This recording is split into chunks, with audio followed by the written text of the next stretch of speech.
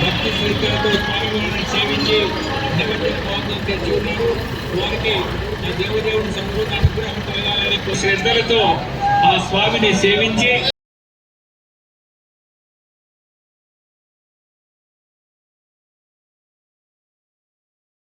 ఆ వరసిద్ధి వినాయక స్వామి సంపూర్ణ అనుగ్రహం ఉండాలని చెప్పేసి కేంద్ర సమితి పక్షాన కోరుకుంటూ ఆశీర్వదిస్తూ అనుగ్రహిస్తూ ఉన్నారు ఆ స్వామి వారు. వారందరికీ కూడా వరసిద్ధి వినాయక స్వామి అనుగ్రహం కలగాలని కోరుకుంటున్నారు.